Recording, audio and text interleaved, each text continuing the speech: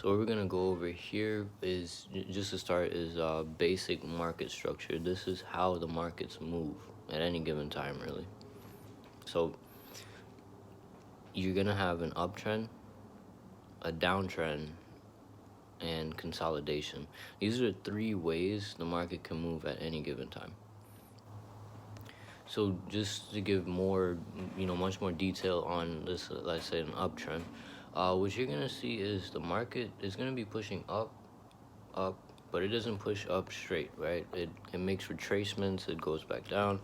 Um, it, it's just not a straight shot. So what you as a trader will have to do is, if you see a market pushing up, you have to come in and be able to get into the continuation moves, which are your bounces or your touches, or touch of that trend line, basically.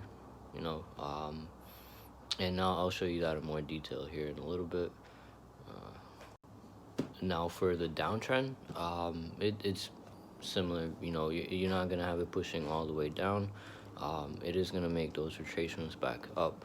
So uh, the thing that's in common with both of these, an uptrend and downtrend, you as a trader, you're gonna be able to draw these trend lines, those straight lines, and use that as a guide to better see where to enter. So, and the third part is consolidation, which there are no real patterns made with this. It's really just a ranging market. So when you don't have it going up or you don't have it going down, it's really just stuck in that range. Sometimes it could be 100 pips range, 200, maybe 50 pips. Just weird consolidation. No actual movement, no trending movement. So if you see those circles, those are your entries, and we're gonna get into that more here. One of the key things is to remember the market is a pattern within a pattern. So what do I mean by that? In a nutshell, and this is in more detail here with an uptrend, you're gonna have that market pushing up, but after each push, it's going to not go into consolidation, but go into a period where it's going to form a pattern. This is just to collect other people's orders. This is to get a whole bunch of people out of their orders. It's for various reasons. But what you're going to have is a pattern forming before the continuation move. So your job as a trader, again, is to get into these continuation moves with the best entries that you can. And here I'm going to show you, just most of the patterns the market can create. You would be able to draw trend lines like this that look like this, and then the market is going to look similar to this, after you're drawing your trend lines or where it's breaking. So if you see the circles I was drawing there, again, those are your entries, and I'll show you them in the live market, but even more detail with the uptrends, because I'm just trying to show you guys how this market forms. I know if you're just looking at it and you're not familiar with it, it's just gonna look like gibberish. It's a language though that you can actually learn, and there's tells, there's signs on what the market is gonna do next. There's universal signs.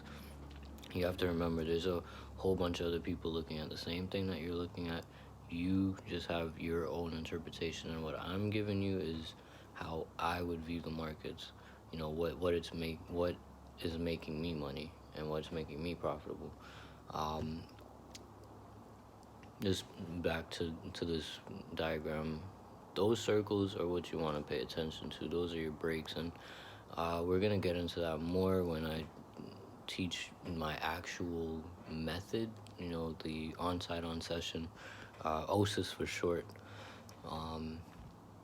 and that's coming behind the breaker bounce or BOB method.